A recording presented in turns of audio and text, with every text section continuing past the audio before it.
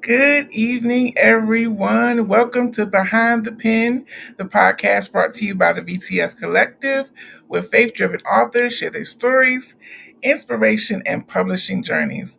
I'm your host, Coach Kesha, and tonight's episode invites you to breathe, slow down, and rediscover the beauty of rest.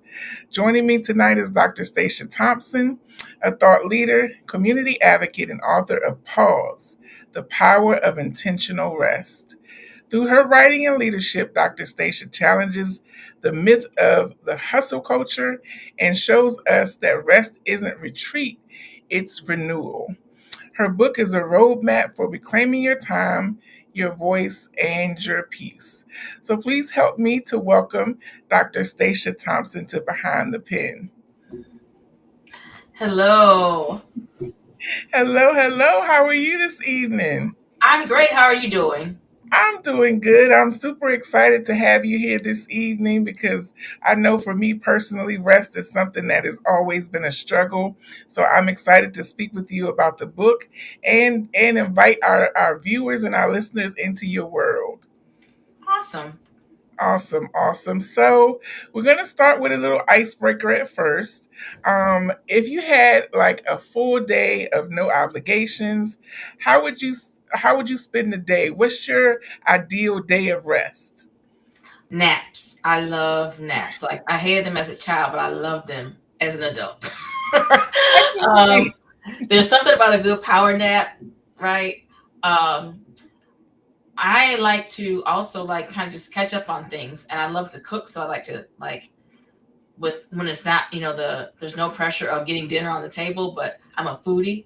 So I'll go in the kitchen and I'll order everything from Instacart and just experiment on some things, and then what's fun after you make it, it tastes good, is hopping on the couch, just vegging out, watching TV and eating all this good stuff that I just made.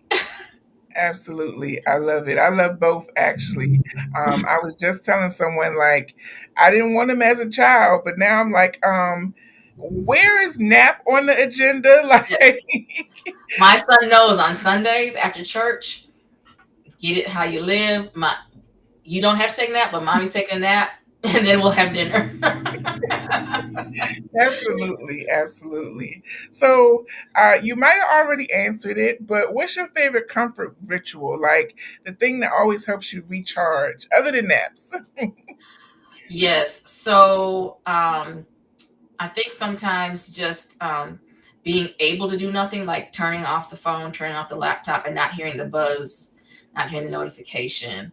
Um, Also, just being able to, I have, from my church, I have this booklet that they give out with, daily meditations and daily scriptures, and just being able to sit in quiet and read it and not be worried about, oh, I need to respond to this, I need to respond to this, and kind of have that reset, right? Absolutely.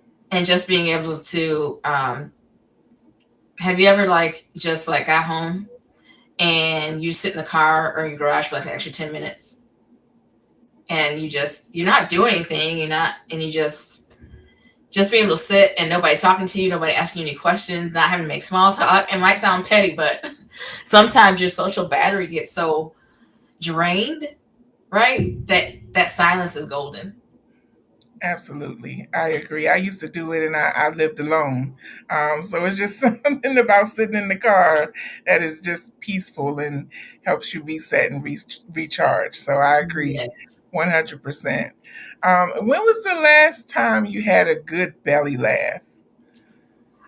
I'm a jokester, so every day. I'm trying to think, did I laugh today? Probably, but I love my people. So when you said, I remember hearing a quote, somebody said that you have your friends, but then you have your people.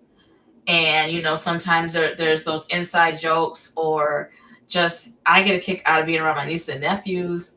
They keep me going and laughing. And then my son daily. So, I shared it in the welcome of my book, is that my son is special needs. So he's neurodivergent, and he keeps me on my toes. Like the stuff he says, because there's no filters, like, okay, I hear you. I see you. You got me. You got me. Absolutely. Absolutely. Well, we want to get into the story behind Paul's, but before I do, I want to direct everyone to the QR code on the top of the screen.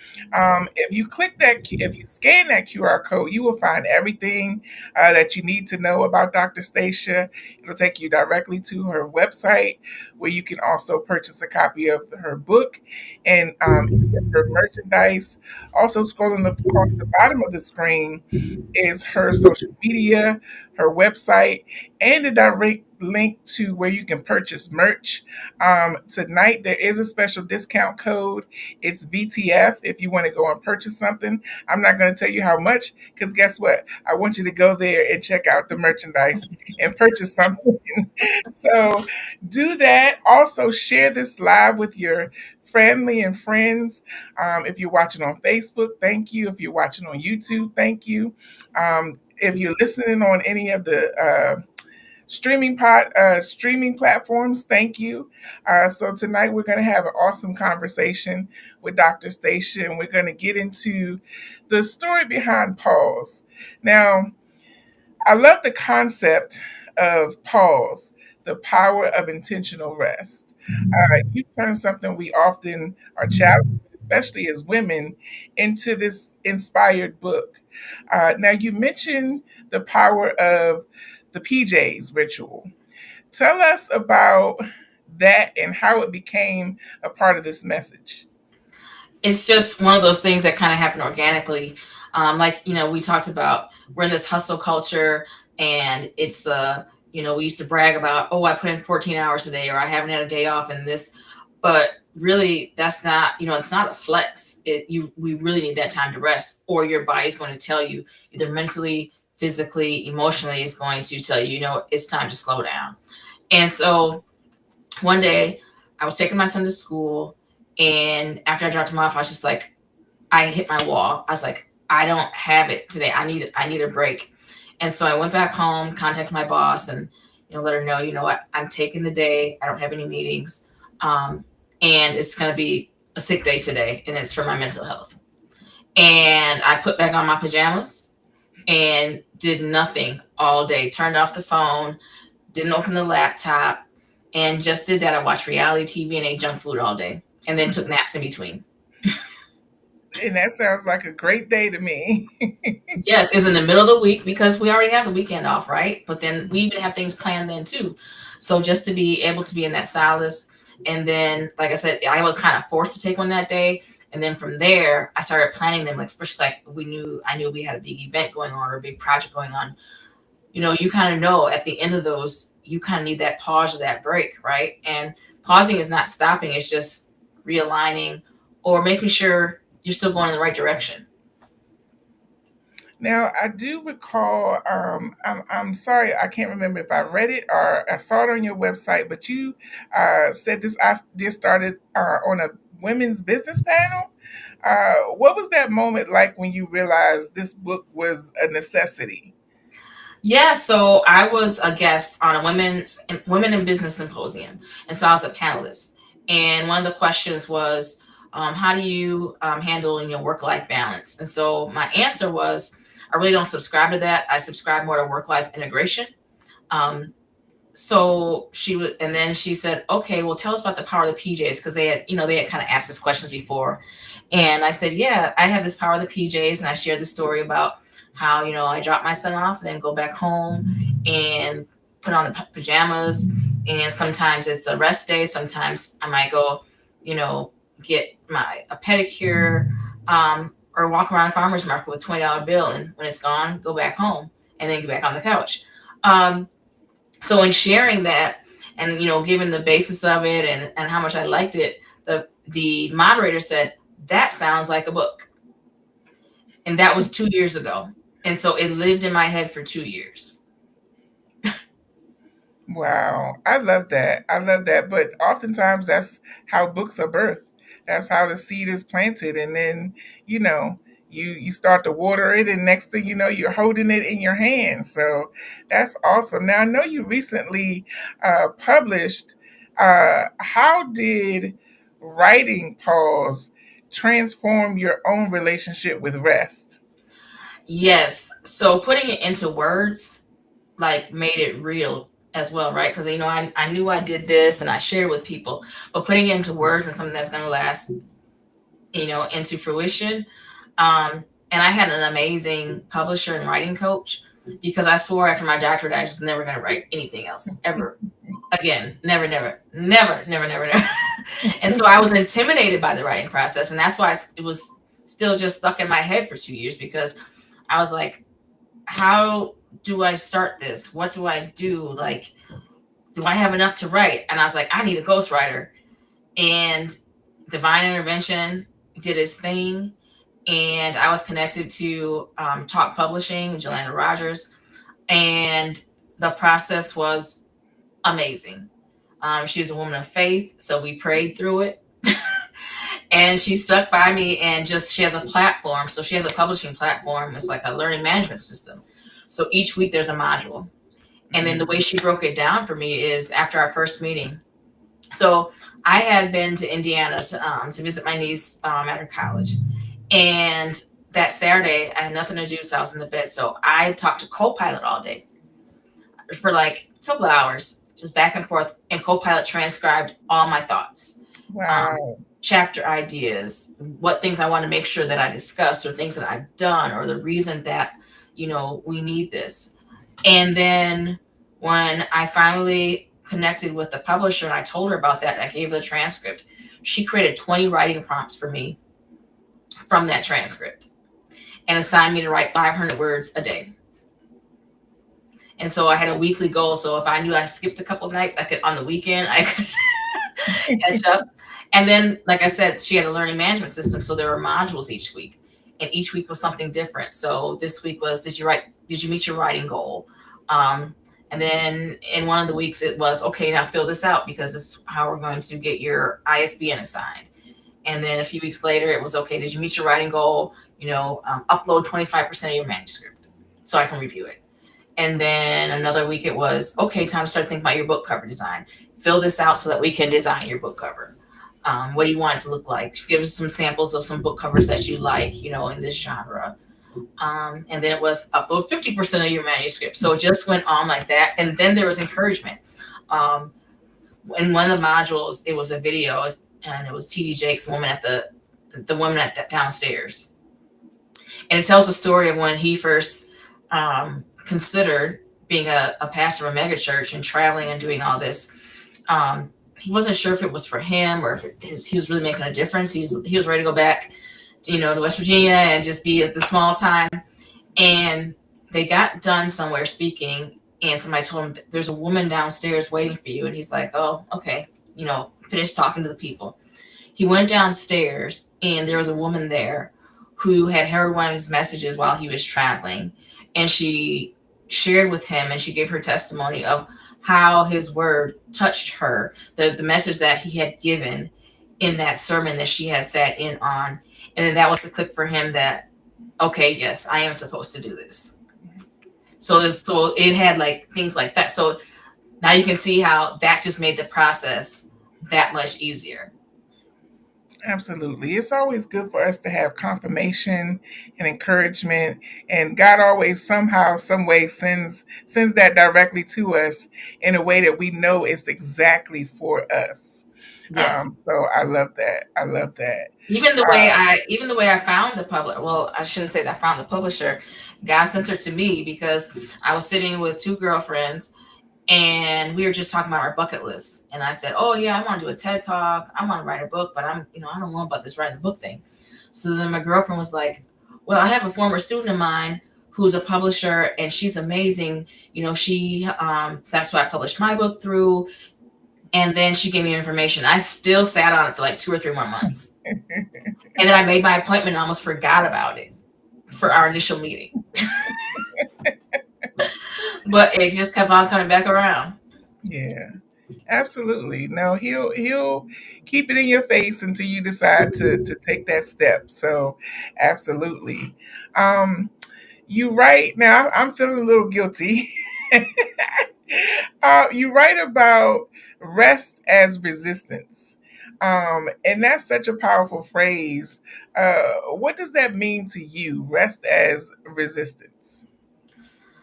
Like I kind, I talked about earlier a little bit, is like we plan everything but our rest, right?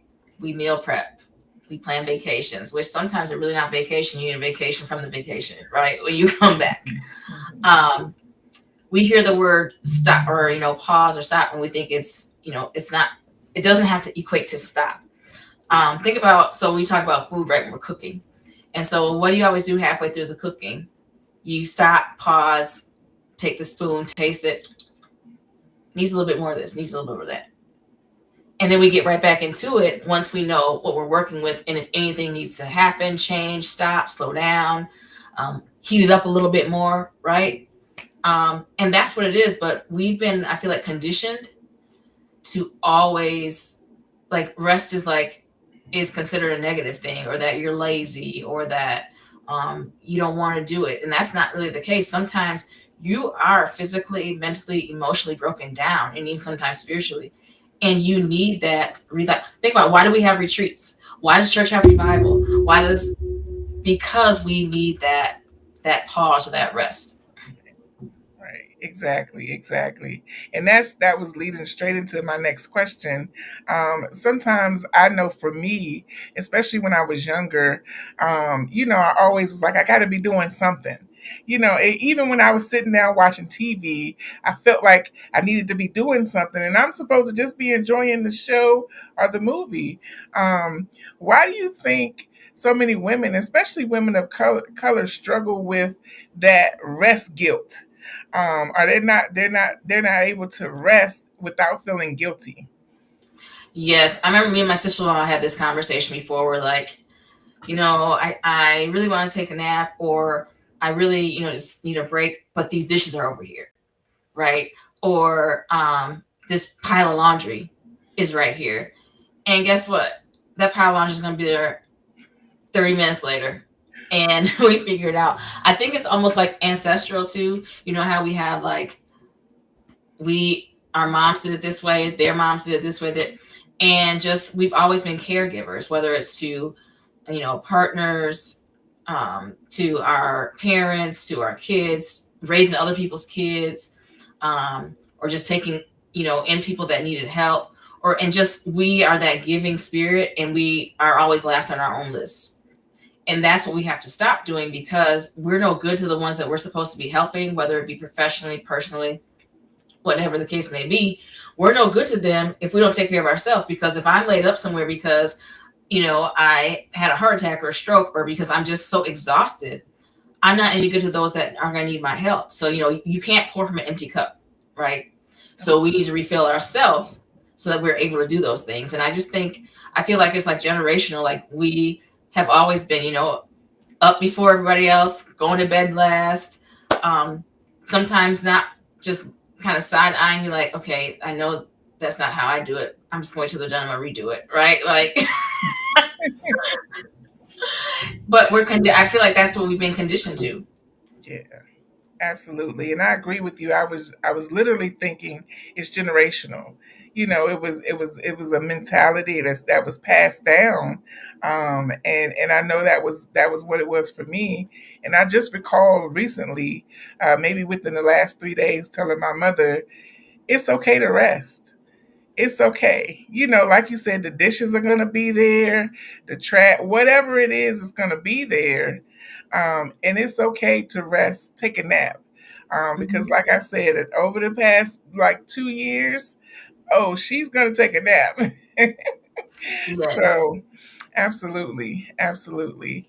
How can we start reclaiming rest when we've been taught to equate it to laziness or weakness? How can we kind of reclaim that as something positive? I think we can take a note from this current generation, because they are a generation of, these are my boundaries, you know, um, no, I work from this time to this time, or you have me for this. And if they have made it a priority, or they're not in the thought of, like, we have, like, I gotta keep going until it's done, instead of, okay, I'm gonna plan this out, right? Um, I think it has to be planned. Just like you think about, we, like I said, we plan the vacations, we plan that we meal prep, etc. But we need to plan like even just mindful moments throughout the day. Like go take a walk outside, go get some, some fresh air, get some natural vitamin D. Plan those mindful moments throughout the day too, just to give your mind a break. Um, to do a stress release, to do a breathing exercise. Um, Go work out, and even if you don't work out, go walk. But just intentionally say, okay, you know what? At least 3 times this week, I'm gonna go walking for 30 minutes outside, and just you know put on my headphones, put on my music, and build that into you know we set an alarm for everything too, right? Set an alarm. We're setting alarms to remind ourselves to drink water, and when we're intermittent fasting, remember to eat. Set an alarm and say, okay, you know what, this is my let me get up and walk, do a lap just around the office, and then come back just to get out of that chair, right? Absolutely. Absolutely. Yeah, I mean, they build in breaks at work, for you to be able to get up and get away from the computer. I worked at a job. You could not sit at your desk on your break. You could not sit at your desk on your lunch break. You had to get up and physically leave that area.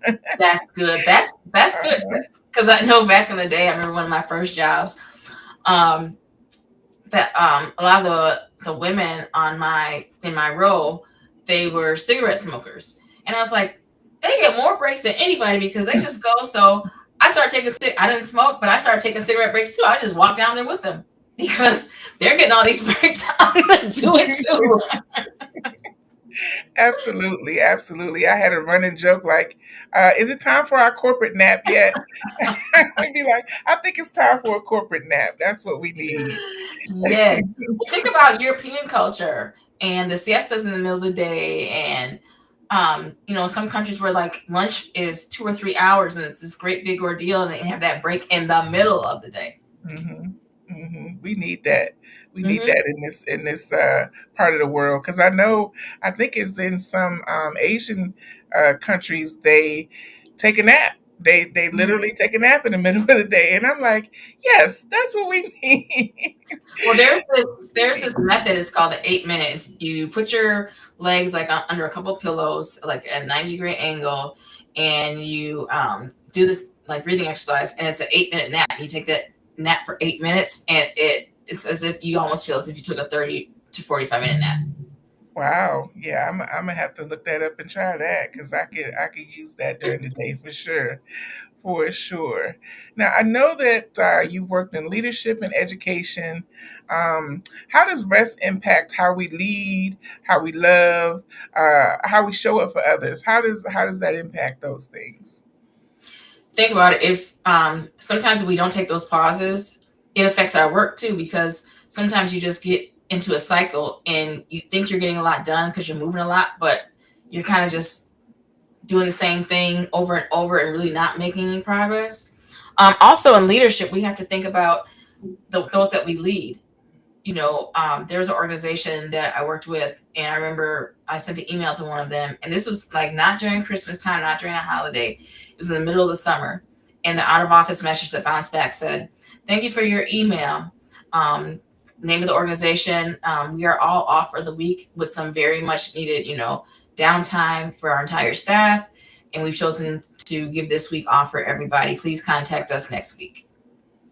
And I thought, as an organization, that's huge. Like that's leadership. That's your leadership showing you that yes, we recognize that we work hard and that you all, give your all to us. So we're going to make sure that you're taken care of also mentally, emotionally. So we need to, if more, leadership subscribe to that, just think about the morale of your team and how that would work.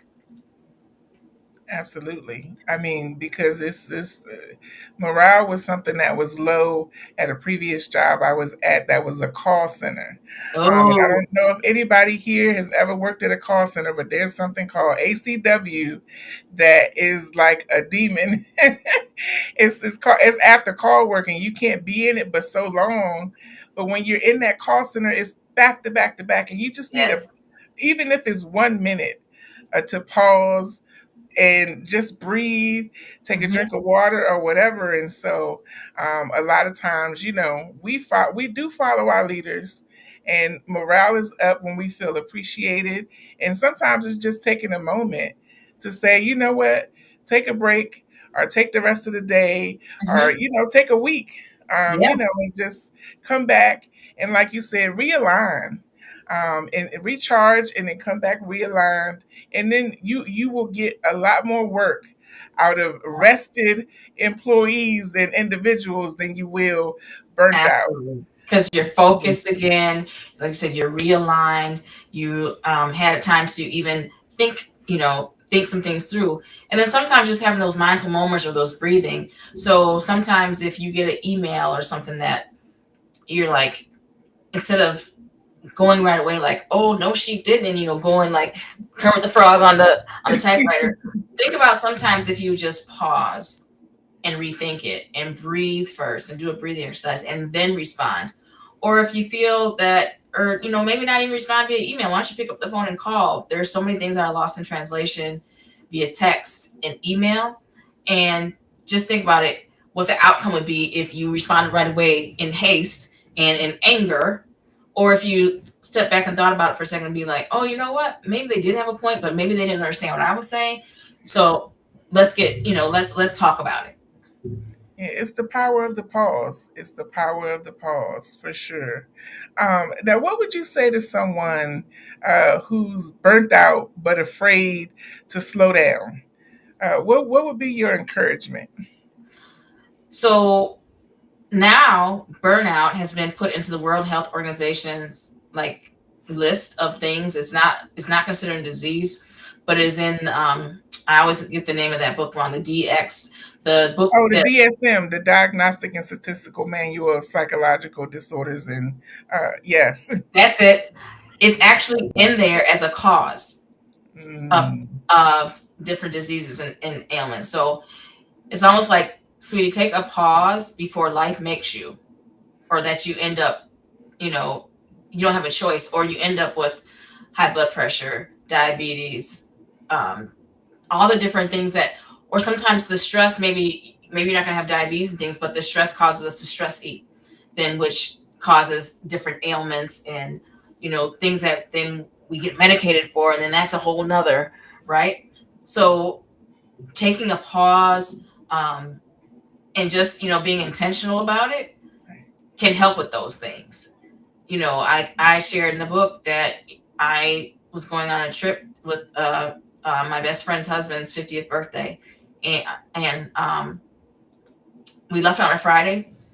I ended up in a Jamaican hospital on that Sunday, oh wow. and when I got home and went to the ER, I had pneumonia. I Mm, had been going so hard, so hard, so hard, so hard, and it's like, okay, you know what? I'm gonna break. My body didn't know what to do.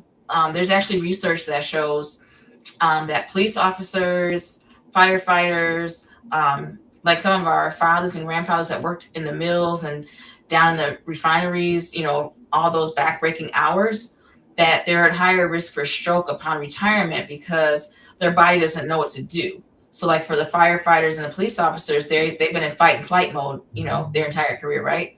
Um, for the other, just their body was just used to doing all that manual labor for hours upon hours, that when it just stops, the body doesn't know what to do. It's almost like in shock. In fact, like one of my friends, her father had his stroke 2 weeks after he retired. oh wow. Hmm. Wow. Yeah. Yeah, we get into that mode, and I can see that as being true because we don't know what to do.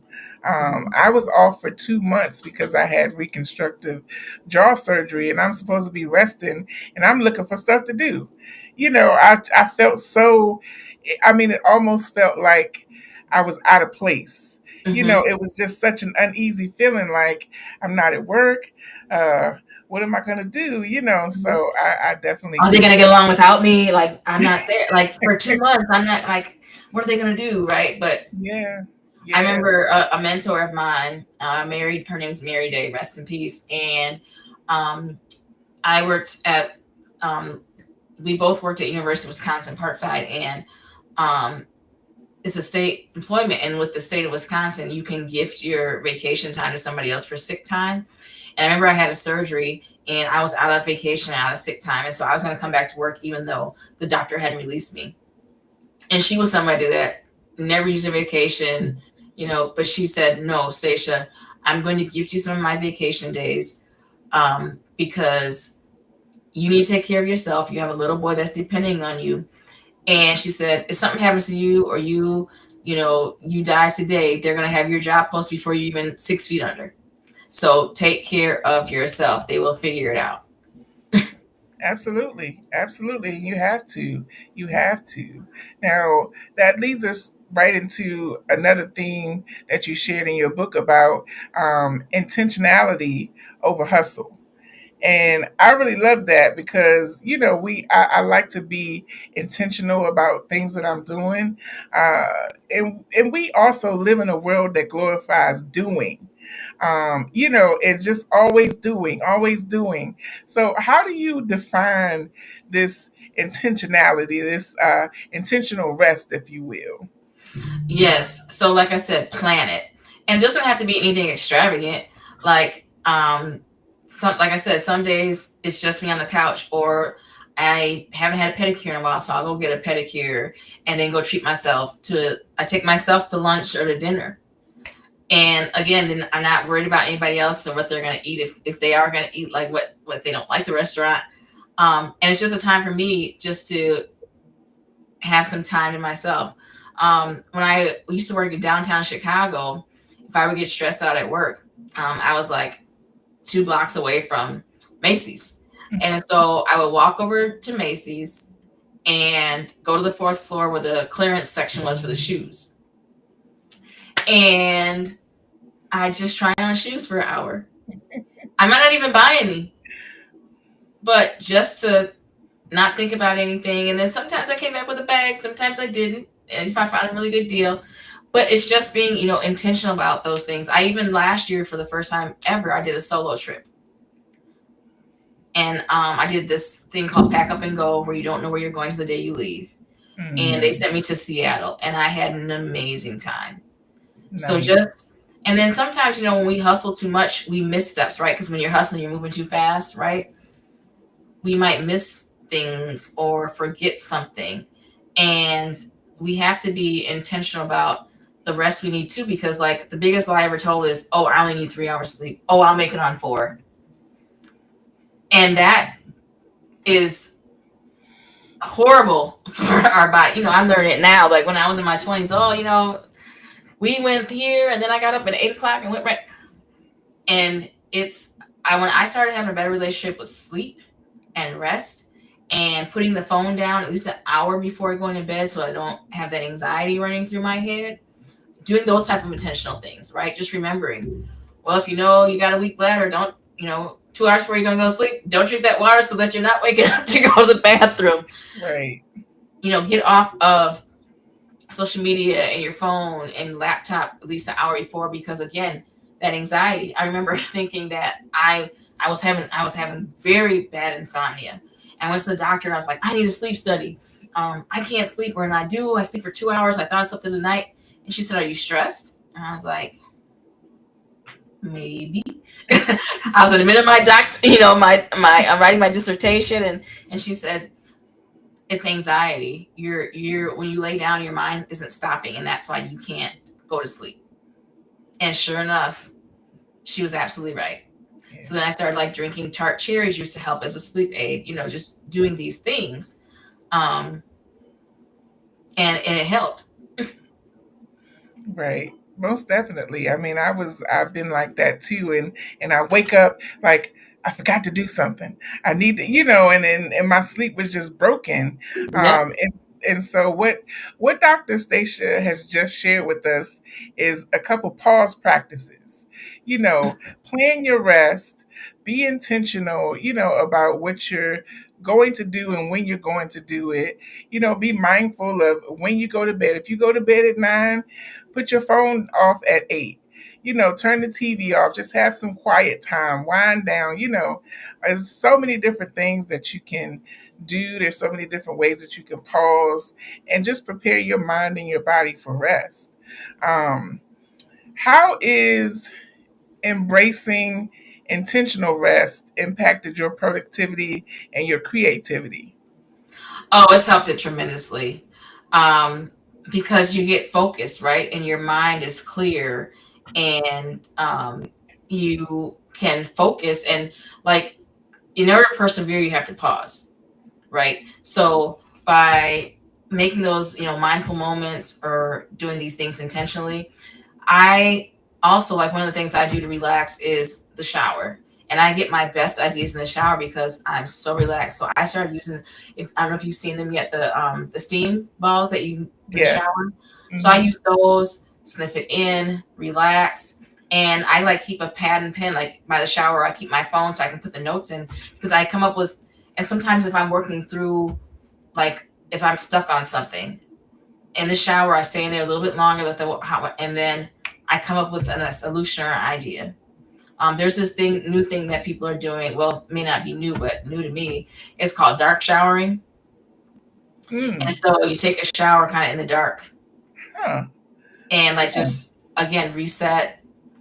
You know, give you decompress, all these things. So people don't realize if you find find what makes you rest or what can distress you, and you'd be surprised how re-energized your mind gets and the ideas you can come up with. Absolutely, absolutely. I remember you just speaking about taking a solo trip. And I took a couple solo trips, but typically it's somewhere where water is. So when I was in Texas, I drove down to Corpus Christi, and they had this big pier with benches, and I just sat out there for hours because I just loved the water. And I felt like that's what I did. I took a 2 3 days, and I just took a pause. I had my phone on me for safety, and because I was in a new place, but I didn't have it out. I wasn't on it. I just looked at the water. I You were closed my present. eyes. Yes, You were I was like, present. I remember, I remember a couple of years ago I went to a festival and my phone died. And that's probably the best time I had, and I don't know how long, because I wasn't worried about it. I wasn't looking at no notifications, whether it be social media or text, whatever, and just was in the moment and not worrying about having to take a picture or having to take a video or something, and just enjoy the food and the people and everything that was going on. Absolutely, because our phones are our biggest stealer of our rest nowadays. Yes, And I love that my phone has modes on it, and I can set it to come on and off in different times and be yes, silent or be go into what I call dark mode, where there's no yes, color, it's grayed out, so I don't have. It's the best thing that's ever happened to me. yes, yes, Mhm. yes, yes. That do not disturb is clutch. Yes. Absolutely, absolutely. So I know you talked a little bit earlier about that work-life integration instead of balance, which is really a freeing mental shift or like mental reframe for me. Can you share about what that looks like for you instead of like trying to balance? You have this work-life integration. Yes, especially I feel like when you work in the public sector or in the community, like they do kind of cross over or blend in. Like I have one calendar and I don't have like a work calendar, a personal calendar, my son's. I put them all together so I can take one look. And if I see, oh, this is a very heavy day at work, I probably shouldn't schedule my son's doctor's appointment on this day, right? This is, and this is an important meeting, and I'm gonna have to go in early, and I'm gonna have to prep for it. So I probably, want to ask somebody else to drop him off that day, or just even thinking about if there's like community events and things. Sometimes you go and you represent your work, but sometimes it's you represent your work, but then you're like, oh, you know what? Some of my friends would probably enjoy this too. Did you guys know that this is going on? Or I know somebody else who will benefit from it, right? So just keep, kind of mixing those personal and professional. They kind of integrate with each other, right? Um, and just in your planning of things. Um, when you have, and especially when you do your own schedule, you just want to be cognizant of what you have going on, both personally and professionally. Absolutely, absolutely. Now, how has this mindset helped you protect your peace and be present, especially as a mother and a leader? No is a sentence. Sometimes I think people think that I'm an extrovert. I'm really an introverted extrovert because there's times I just want to be home on the couch in my hooded blanket, right? Um, but my social battery goes low. Like I've gotten really good at the Irish goodbye, where I just leave. Like because Yeah, if I have to yeah, say goodbye to everybody, it's gonna take a whole nother hour to leave. And they'll text me like, "Are you still here? Where you at?" I'm at home on my couch. Like, we have to protect ourselves and stop trying to go everywhere and be everything for everybody as well. Because again, we wear ourselves out. So when I say no as a sentence, sometimes you have to have those boundaries too. Of even if it's some of your friends, well, we haven't seen you in a while. You're not going to come to dinner with us. You know what? It's my favorite restaurant, but no, I'm not. I'm gonna get some rest today, or I'm gonna stay home and work on my kitchen because I haven't been here all week, and I don't know, the next time I'll be able to do this, and just or sometimes I just don't want to go, and just be upfront about it. right. Right, absolutely. No is a full, complete sentence. Yes, I agree 1,000%. And it doesn't just apply in this area; it's a universal no Yes, across the board. It's a complete sentence. Um, Now, your book mentions this legacy-driven living. What does a legacy of rest mean to you? I feel like we're finally getting the rest that our ancestors wanted or deserved, right? So like some of us get this hustle culture from them. Like I think about my grandfather. He was in a car accident, only survivor, had an amputated leg, one of his arms was partially paralyzed. When he got back on his feet with the artificial leg, he went door to door selling women's lingerie because he had three kids to feed. You know, um, I don't ever remember my grandfather not doing something, even though he probably didn't have to work, but he did ceramics and went to trade shows and sold them. He got a yarn machine and was able to do that with his one hand. I still have a sweater that he made. Um, and he instilled in of make sure that you always that's what he used to tell us, make sure you have one more than one stream of revenue, make sure you're taking care of yourself, make sure you're saving. But I feel like it's been ingrained in us because that's all we watched was some of our parents, grandparents working two and three jobs, um, only being home long enough to eat and sleep, not even be able to enjoy the fruits of labor. And so now it's like we always want better for our kids, right? So now I feel like we are getting some of this rest um, that they needed and deserved. Absolutely. I agree 100%. When I first started my business, I was still living with my parents, and my dad, it was a boomer, and he would come and see me on the computer, and he'd be like, "What you in there doing? You ain't doing nothing." Because to him, doing work was working with your hands. It was being outside. He was a he grew up on a farm, and so one day I said, do I ask for any help with anything, with bills or anything like that? And he was like, no. I said, well, when you see me on the computer, I am working, but it just because it's not your perception of work. He was like, you got a good point there. So sometimes, it's all in our perception as well. Um, Yes. and that leads us to, we can perceive something as rest, but actually it's not rest. So we have to know what the Now, definition and what that looks like. so like you said, if you take the day off and you're cleaning all day, doing laundry, I mean, some people now, if that's your thing and that's what if that's what helps you relieve stress. I have a friend, my best friend. She loves to vacuum. She loves to see those lines in the carpet, right? So that's her thing. So whatever is your thing, like when on that Jamaica trip, I was three things happened that I said I'm so glad and just will always do them. One was I was wearing a smartwatch because my smartwatch told me that my resting heart rate was 120, and that's what prompted me to text some of the nurses that are on the trip with us to say, hey, is there something wrong? Should this be saying this? Two was to get the travel insurance because that $931 that I got charged at the Jamaican hospital so I could get it back. But three, you know how your grandma always told you before you go on a trip, clean your house so you don't have to do it when you come back. That was the best thing ever, to come back from Jamaica and not have to clean anything and just be able to sleep off that pneumonia. Yeah. But Yeah. it was planned. Absolutely, absolutely. So the thing that I'm learning the most tonight, and I'm sure most of the viewers are as well, is that plan your rest. Plan your, just like you plan that girls' night, just like you plan that vacation.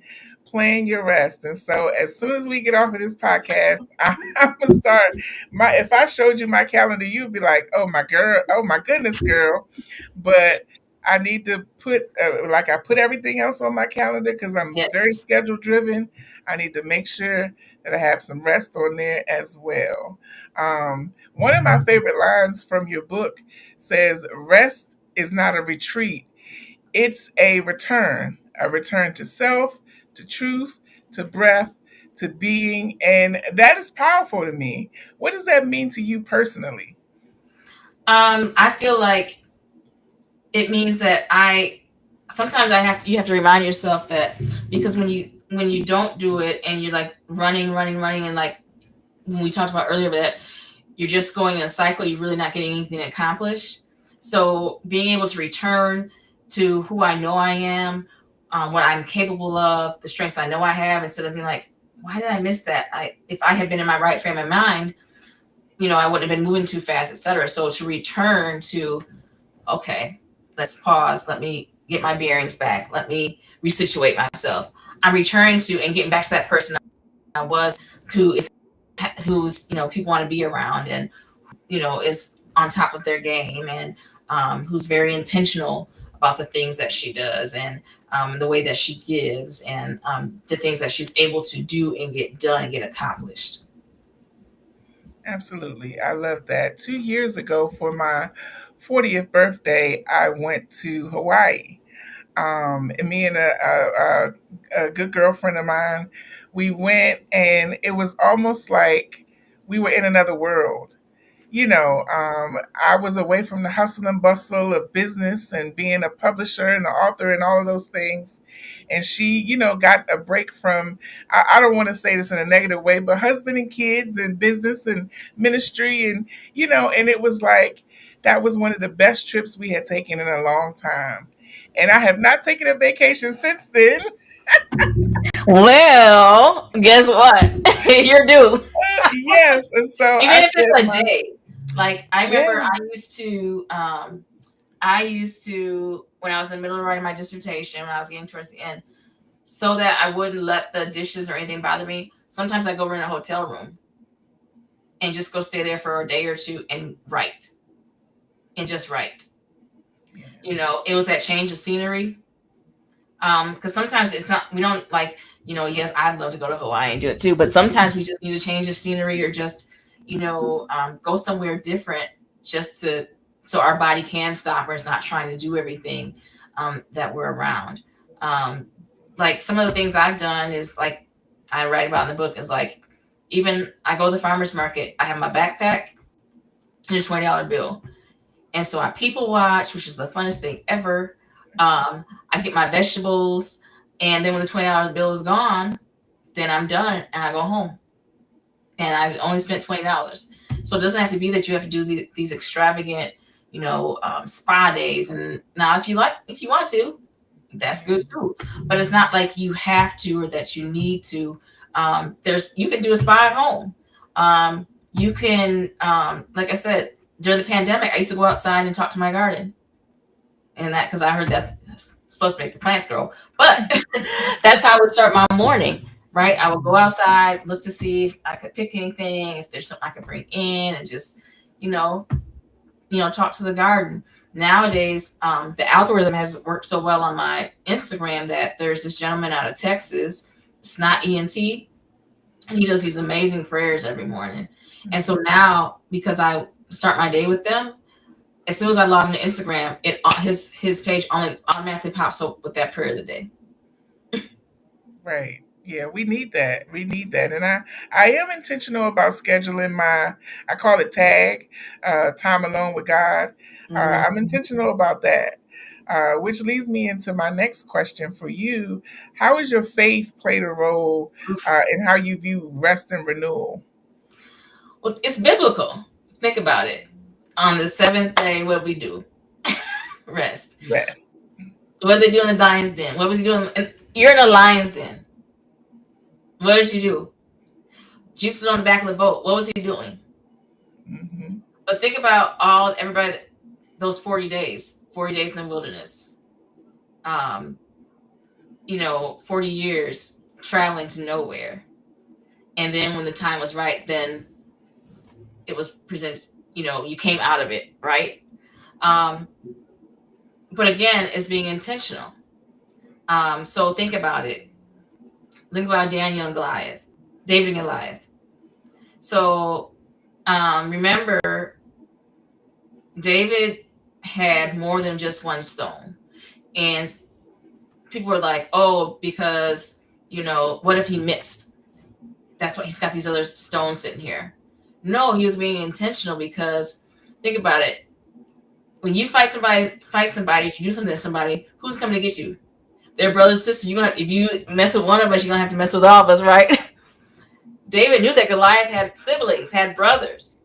And so he had those other rocks there. He knew he was going to get Goliath. He had no doubt in his mind. He was confident, but he was ready because he was intentional about making sure he had those, other stones there to be prepared for what else was going to come.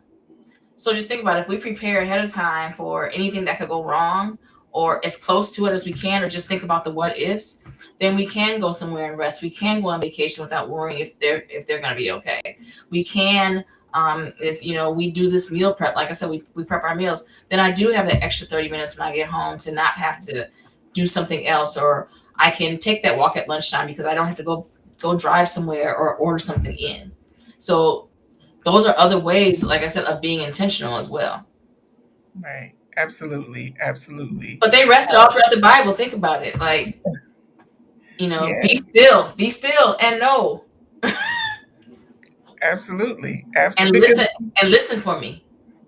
yeah, yeah. Like you said, we don't listen well when we're busy. Even though people say that they can multitask, we really can't. We really can't. I'm not Because getting anything done.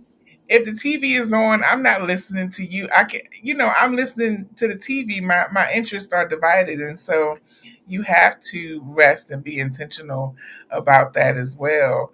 Now, do you have a favorite scripture or something that anchors you in your pauses? Ooh, there's a few. So I think about like I said, be still and know that I am God. I also think about putting on the full armor of God because there sometimes again when we rest we still get that sometimes it's humanistic, right, to get that little other voice in the back of our head like, little girl, you should be doing this, or that this ain't done, or this is right. So sometimes we have to put up that full armor of God and be able to fight because it's not about flesh and blood, it's principalities, right? There's other forces out there that are trying to, make us think otherwise. Something I read recently too was about having the faith of a mustard seed. So we know that having the faith of a mustard seed, and how small a mustard seed is. But if you think about it, a mustard seed, and think about us, especially in biblical days, a mustard seed, yes, small, but also when it is cultivated and fertilized and then grows, it can take over the entirety of the land, right? So just think about okay, yes, the faith of a mustard seed, that's all, but think about what happens when that mustard seed grows and flourishes and is able to produce. Absolutely. That's so good. So good. I love it. I've so been enjoying this conversation. And before we wrap up, we like to have kind of like a fun rapid fire round. And I kind of tailored the questions still towards the pause. So on your pajama days or on your rest days, do you like coffee, tea, or hot chocolate? Ooh, so I've been making my own like coffee drinks and Uh, experimenting with them. So I'll make it. I like coffee. I'm into cold foam right now. Okay, all right. I can dig it. I'm a hot chocolate or tea type of girl, but if I need it, that's so funny. If I'm not rested, then I'll have some coffee so I can keep going. Yes, yes. what is what would you say your go-to song is for a mood lift? Um, there's a song. There's two. So one's my ratchet song and one's my song. So there's a song by Mariah Carey said it's called 100 Percenter, Hmm. and it says, I'm giving it everything. I'm a winner. I know I can finish. So that song, I don't know if it was like ever like on the radio or anything, but it's a song. Hmm. And then just sometimes you need just something to get you. Dougie Fresh is like the best MC of all time. And Yes, the song "The Show" is my favorite song of all times because it's just the beat, it's the rhythm, and you can't just sit there when that song comes on. So if you need just like a whoo whoo whoo whoo. absolutely. I agree. I agree 100%. Um, as we move into our closing segment, right now, what does rest look like for you? Like, how did you rest today? Actually, so it's Tuesday, and my son loves Taco Tuesday, and like I shared before, like certain cooking is a stress relief for me, and I make this tomatillo salsa that a lot of people like. And one of my girlfriends had texted me the other day and said, "My son said he misses your salsa." So I went to the store today, got some tomatillos, and although I was making the tacos and stuff for my son, and he loves queso, I got to take the time to get my chemistry going and make that salsa, which was a stress relief for me because of the process. And I love that I'm making it for somebody that's going to enjoy it. Yes. So today I made some salsa. Nice, nice. Cooking is relaxing for me too. It just, I don't have my phone. Hmm. I might put some music on and Yes, just cook for the people that I love, and I love to cook. So it's a that's love something. language. It definitely is. It definitely is. Eating is a love language too, but Yes, and I love to eat the stuff afterwards too. But yes, absolutely. Well, Dr. Stacia, this has been a breath of fresh air. Just talking with you, just hanging out with you tonight. Thank you for reminding me, especially, and I know a lot of our listeners, that rest is not optional. mm-mm. It's essential. It's essential. And so, before we close, do you have any final thoughts for our viewers, for our listeners, about rest and about the pause? Yes, we need to stop. We need to stop. Like I talk about this in the book. We need to stop asking our bodies for, um, permission instead of forgiveness. Um, because we can't be our best self mentally, spiritually, emotionally, physically when we're not taking care of our temple. And rest is a part of that taking care. And you have to do it before your body stops you, because there's going to come a point in time. But also, part of rest is, and getting that rest is having making sure the eating and the sleeping, and it's all going to make a difference in how your body feels, how you're able to focus, how you're able to be there for your, not just your family, but also for work, or if you're an entrepreneur. Think about that entrepreneur a couple months ago that went viral because she said she was so tired, she'd been working 7 days a week, and then she took a day off and had passed away young, right? the we want to be here, we want to be fruitful, right? But in order to do that, you have to do the right things, and you need to resuscitate your body, resuscitate your mind, resuscitate your spirit, and take the time to pause to do that, and have those mindful moments. Absolutely, absolutely. Now, before we go, remind our viewers of where they can get a copy of Pause: The Power of Intentional Rest. Yes, so if you go to pauseshop.staciathompson.com, you'll find the book there. There's a journal that accompanies it. There's also some merch there. So there's some aromatherapy. There's some. There's some shirts. And then my next iteration that'll be coming out soon is I'll be having a subscription box, and I'll be sourcing items from BIPOC and women-owned businesses from around the country for people to try, but to also that will support your pause day.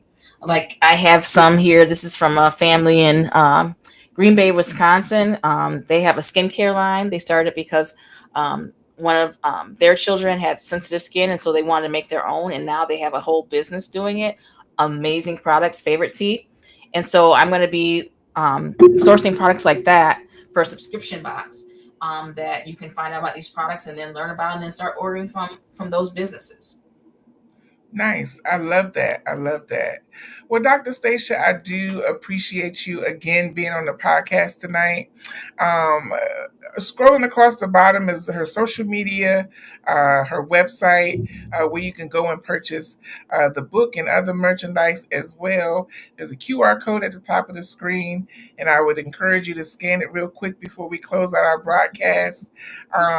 You can go and visit the VTF Collective and find out more about how to be on the podcast and all the other things we have going on our business arm, our publishing arm, and our ministry arm of the VTF Collective. We would love for you to stop by and check it out. Friends, remember, when you pause with intention, you make space for peace, purpose, empowered to rise. I do thank you so much Thank for you. Dr. Stacia for being on Behind the Pen podcast. I thank you so much to all the viewers who watched tonight. You can watch this and past episodes on YouTube, Facebook, and you can listen on Spotify and wherever you get your podcast at, and on all major platforms. Until next time, remember, rest is your resistance, is your power. And I encourage you to find the pause this week and to practice rest intentionally. Again, thank you so much for being on Behind the Pen podcast, Dr. Stacia. Thank you all for watching, and we will see you guys tomorrow night. Thank you.